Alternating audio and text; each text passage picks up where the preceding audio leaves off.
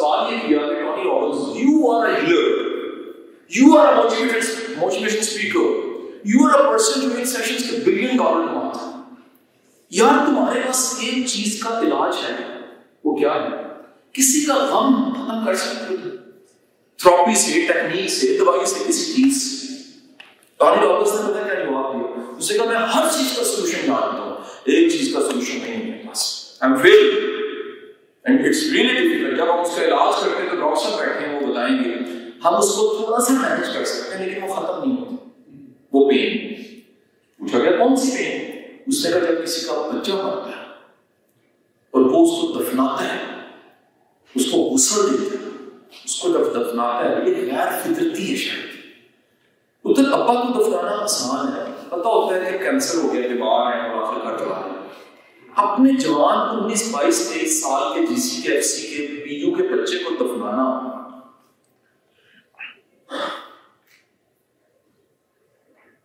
मुश्किल, क्योंकि उस दिन बच्चा दफन नहीं होता, उस दिन बाप भी दफन होता है, उस दिन माँ दफन होती है। 21 अप्रैल को पिछले साल मेरे पास एक माँ आई बच्चा लेकर,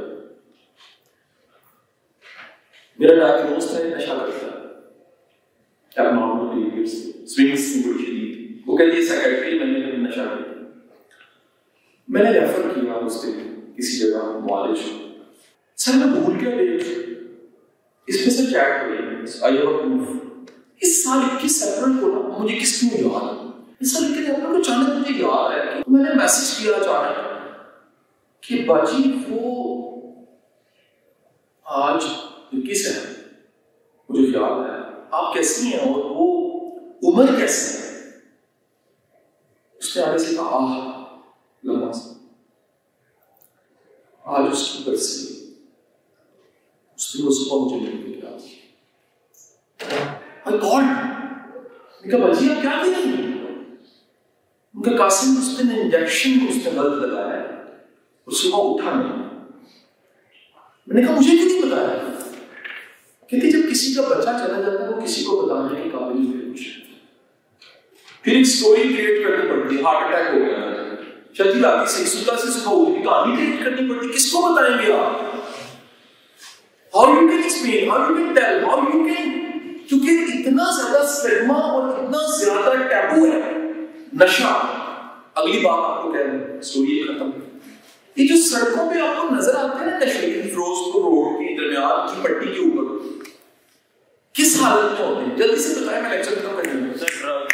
नहीं उनकी फिजिकल हालत बताएं, गंदे दाढ़ी बड़ी, पेटनी जमी, अजीब तरह की एंजाइटी सोचो में, ऐसी गंद का एहसास खत्म हो चुका है।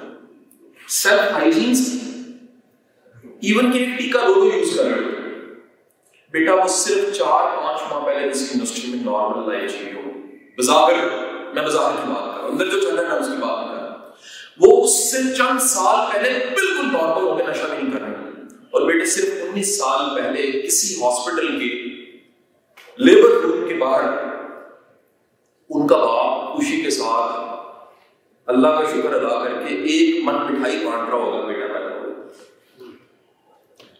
मुझे माफ कर दीजिएगा, ये बताने दीजिएगा, किसी नशे के डॉक्टर ने, इलाज करने वाले ने मुझे बताया कि तेजी के साथ फीमेल्स की तादाद बढ़ी। मैं इस बात को डॉक्यूमेंटेड नहीं कर रहा, प्लीज मेरे साथ ठंडा पड़ जाएगा बात लोगों का। इस साल के जुलाई का रिकॉर्ड बता रहा हूं आपको, जो मेरी गुलामी है, किसी डाटा में नहीं, मुझे किसी ने वर्बली बताया, माफ कर दीजिएगा। 50 डेड बॉडीज मिली हैं आपको पार्क्स में और लाहौर की बात कर रहा हूं, जिनमें से 4 का तो शनाख्त, हर महीने 4-5 की शनाख्त नहीं होती, तो ईदी वाले उनको लवारिस समझ के फिर दफना लेते हैं, या मियां हॉस्पिटल या मुख्तलिफ जो जगह है वहां पर वो बॉडीज यूज होती हैं, आप जानते हैं, क्योंकि वो बाय लॉ एंड बाय शरिया आप जायज हो चुका है कि लवारिस में क्लियर होने के बाद कंफर्म है तो उसका पोस्टमार्टम और एक्सपेरिमेंट्स के लिए यूज होती है। कभी पोस्टमार्टम वाली जगह पे गए हैं पास, एक बड़ी तादाद अपनी लाशों में मिलती है और क्लोज कर रहे हैं। दीन ने कहा है कुछ चीजों के बारे में करीब भी मान जाओ। फर्ज करते हैं, मैं ऐसा ये वर्कशॉप होती है ना, तो एक्सरसाइज करवा मैं खुद ही कर रहा हूँ, आप बेटा पीछे करना है। जो लाइन है ना ये है, इसके आगे खाई है, इसके आगे इस जगह के भाग क्या है और इससे पीछे क्या सेफ है। लेकिन अगर मैं यहां खड़ा तो बिल्कुल सेफ, मैं जैसे जैसे जा रहा हूं तो क्या हो रहा है, बोलो अनसेफ, डेंजर टू मी। और जब मैं यहां पहुंच जाऊंगा तो कितने % चांस है मेरे वापस आने का? कम हो गया, चलिए 50-50 हो गया। लेकिन जब मैं यहां जाके थोड़ा सा यूं करूंगा तो कितने % चांस हो गए मेरे वापस आने का? 30। कुरान कहते हैं करीब भी मत जाओ कुछ चीजों। क्यों कहते हैं? इसका मतलब जानते हैं क्या है? जब मैं यूनिवर्सिटी पढ़ता था ना, यूनिटी, मैं सर घूमना आपसे तो पढ़े लिखे, मैं तो 3rd ईयर करके भागा हुआ बच्चा, तो मेरे साथ कई ऐसे फेलोज थे वो स्मोकर बने इस वजह से कि बाइडी में ट्राई की। हेलो यार ना कहते हैं, मैं नशे की बात कर रहा हूं, मैं बात कर रहा हूं स्मोकर। अच्छा अगर दलीलें सुनिए और स्टूडेंट की लैंग्वेज में जाओ सर, वो कायदिज्म भी तो पीते थे ना, सिगरेट लामत वाली तो। और यार स्कॉलर्स को तो थोड़ी सी सर ये ड्रामेबाजी है, सारी बकवास है। पीछे माँ को सोचो, पीछे बाप को सोचो, वो लाश के साथ फिर क्या करेगा? वो लाश सारी जिंदगी कंधे में पड़ी रहेगी। वो बाजी मुझे कहती है कासिम दुआ कर मैं मर जाऊं, क्योंकि पुत्र मरने के बाद मैं जी नहीं सकती हूँ, मैं रोज मर रही हूँ, मनो रोज मर की आवाज आ रही। सो करीब भी मत जाओ। अब टॉपिक था कौन करीब नहीं रहेगा, जिसकी बेस क्या थी? Strong personality. 3 हल बता रहा हूं पर्सनैलिटी स्ट्रॉन्ग रहेगी। 1 2 3 को लिख ले, सुन ले, रट ले, याद कर ले, इस वीडियो को यूज करने के बाद 3 हल मैं कम से कम 3 बता रहा हूं, अवामी हल बता रहा हूं। मैं नहीं आपको कह रहा कि गोली खा लो उसकी जगह, मैं नहीं कह रहा कि आप च्युइंगम में लिया करें सिगरेट की जगह, मैं नहीं कह रहा ये सिंपल 1 2 3। नंबर 1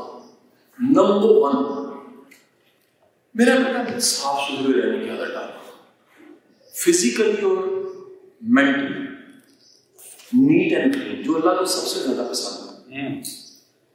खुदा की कसम तहारत आपको 1000 मसाइल से बचाती है। मैं इस वक्त लेक्चर देने आया हूं, मैं आपको इंप्रेस नहीं करना चाह रहा, मैं एक बात बताना चाह रहा हूं, मैं वुजू की हालत, क्योंकि मेरे मुताबिक मेरा लेक्चर मेरी इबादत है।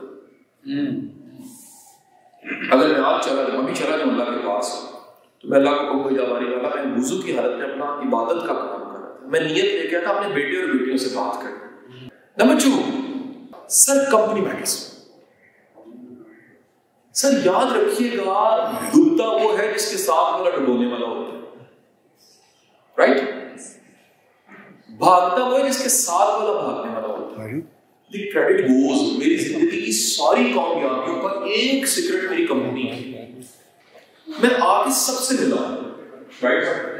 किसी के साथ मेरा ताल्लुक दोस्ती है, किसी का मैं बेटा हूं, किसी का ये क्या है? ये मेरी कमाई है। अच्छे लोगों के साथ राबता क्या है? कमाई। तीसरा जुमला तहज्जुद, उससे स्ट्रेंथ आती है। और